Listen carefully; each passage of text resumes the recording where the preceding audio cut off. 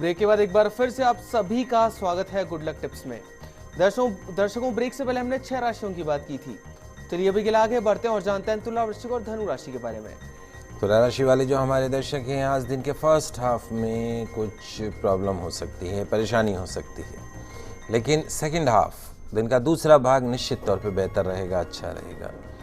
कार्यक्षेत्र में तरक्की की उन्नति के चांस मिलेंगे जिनका आपको लाभ उठाना है। आज के दिन की सफलता के लिए पीपल के वृक्ष में जल अर्पण कीजिएगा, दिन अच्छा गुजरेगा। अगली जो राशि वो है वृश्चिक राशि। वृश्चिक राशि वाले जो हमारे दर्शक हैं, आज पॉजिटिव सोच बनाए रखें, सकारात्मक सोच बनाए रखें, अप्रोच बनाए रखें।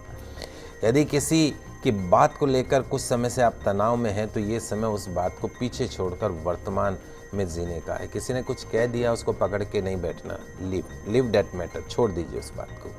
आज के दिन की सफलता के लिए पक्षियों को दाना अवश्य खिलाइए। अगली जो राशि वो है धनु राशि। धनु राशि वाले जो हमारे दर्शक हैं, जीवन की दौड़ जो है वो बहुत भारी पड़ती है और कभी कभी जो व्यक्ति है वो अपने जीवन के लक्ष्यों को भूल जाता है। तो आज कोशिश कीजिएगा कि आपको उस लक्ष्य को जानना है कि आप ये दौड़ लगा क्यों रहे हैं, और समझ में आ जाए तो उस लक्ष्य की ओर अग्रसर हो जाइएगा। आपकी जो कमियां हैं, हर इंसान में कमियां होती हैं, हमें उस कमियों को समझना है, जानना है और उन्हें दिल से, मन से, लगन से उन्हें दूर करने का प्रयास करना है। आज के दिन की सफलता के लिए दुर्वा से भगवान गणेश जी की आराधना कीजिएगा। पंडित जी, अंतिम 3 राशियों की तरफ बढ़ने से पहले एक दर्शक हमारे साथ जुड़ी है, अलका जी हैं अजमेर से। इनकी जन्म की तारीख है 24/4/1974। उनके जन्म का समय है रात का 8:20 का। अलका जी, आपका बहुत बहुत स्वागत है हमारे इस कार्यक्रम में, अपना सवाल कीजिए। हाँ, नमस्ते पंडित जी। जय श्री कृष्णा बेटा। जी पंडित जी, मैं जानना चाहती थी कि हमारा मकान कब बनेगा, और जो अभी हम जमीन के लिए बात कर रहे हैं ना, वो हम ले सकते हैं क्या नहीं ले सकते इस वक्त? क्या किसके लिए बात कर रहे हैं बेटा? जमीन लेने के लिए, नई जमीन लेने के लिए। किसके नाम से? या मेरे नाम से लूँ या मेरे हस्बैंड के नाम से? उनका नाम है देवदत्त जी। देवदत्त जी।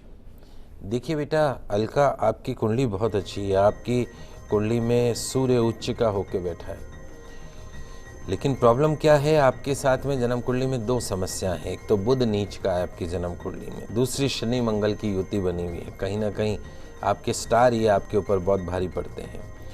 तो वैसे अगर ज़मीन आपके नाम से भी लेंगे तो भी ठीक रहेगी, और आपके पति के नाम से अगर लेंगे तो निश्चित तौर पे अगले 3 महीने के पश्चात में, यानी अक्टूबर के पश्चात में, आपके जीवन में ज़मीन जायदाद का सुख आता हुआ दिखाई दे रहा है। और आप दोनों में से किसी भी नाम से आप ज़मीन ले सकते हैं।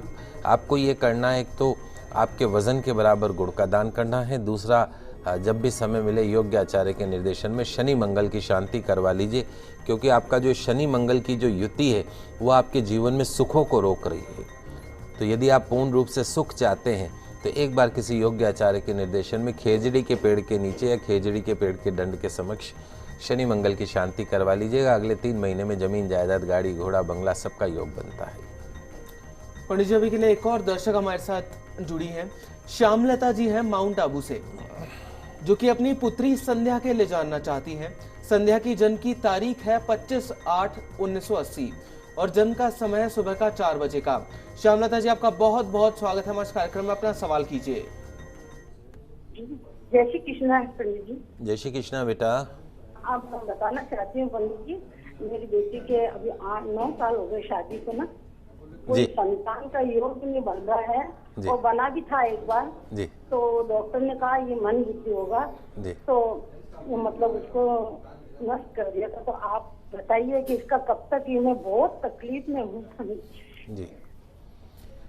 देखिए श्यामलता जी, आपकी बच्ची जो है संध्या, उसकी जन्म कुंडली के अंदर निश्चित तौर पे संतान का योग है, इसमें कोई दोराई नहीं है। अगर उसके पति की भी जन्म कुंडली साथ में होती तो ज़्यादा अच्छा रहता। अभी हमने पिछले ही शनिवार रविवार को एक पूरा एपिसोड इस चीज़ पे लिया था कि जो जिन निसंतान दंपत्ति हैं, पूरा एक स्तोत्र बताया था षष्ठी देवी का, षष्ठी देवी की आराधना की विधि बताई थी कि कैसे आप षष्ठी देवी की आराधना करके स्तोत्र को पढ़ के आप संतान सुख को प्राप्त कर सकती हैं। मेडिकल साइंस को चैलेंज करने वाला हमने स्तोत्र बताया था। तो जब भी आप जयपुर पधारेंगे मैं आपको वो स्तोत्र और बता भी दूंगा। गुरु की मादशा शुक्र का अंतर, 1 साल के अंदर इसको संतान सुख की प्राप्ति होगी। आप उस स्त्रोत को भी पढ़िए और सरल उपाय मैं आपको बता देता हूँ, कुछ भी नहीं करना। सरल उपाय ये काम करना है कि पास में कहीं गाय हो, गौशाला हो, वहाँ उस बच्ची को 40 दिन का नियम मानना है। उस वक्त जब गाय अपनी गौ माता अपने बछड़े या बछड़ी को दूध पिला रही हो, उस वक्त गौ माता की आपकी बच्ची यदि परिक्रमा करे और प्रार्थना करे कि जिस तरीके से आप अपनी संतान को दूध पान करा रही हैं, ठीक ऐसा ही सुख मुझे प्रदान कीजिए, निश्चित तौर पे 40 दिन के अंदर आप इस बच्ची की मनोकामना पूर्ण होती। फिर जब आप मिलेंगे तो स्त्रोत पूरा आपको देंगे। चलिए दर्शकों, अभी के लिए आगे बढ़ते हैं और बात करते हैं अंतिम 3 राशियों की, जो कि है मकर, कुंभ और मीन राशि। मकर राशि वाले जो हमारे दर्शक हैं, आज अपने व्यापार व्यवसाय के बारे में गंभीरता से विचार कीजिएगा। मन से किसी भी प्रकार के भय को मिटा दीजिए। जैसा आप चाहते हैं वैसे बदलाव आपके जीवन में होने वाले हैं। आज के दिन की सफलता के लिए धतूरों के पुष्प से भगवान शिव की आराधना कीजिए। अगली जो राशि वो है कुंभ राशि। अपने लक्ष्य को पाने के लिए थोड़ी मेहनत की आवश्यकता है। स्टेबिलिटी लाइए अपने जीवन में, विचार में। मेडिटेशन ज़रूर कीजिए। आज के दिन की सफलता के लिए मोगरे के पुष्प अपने पितरों की तस्वीर को अर्पण करें। अंतिम जो राशि वह है मीन राशि। व्यर्थ की चिंताओं में दिन मत खराब कीजिए।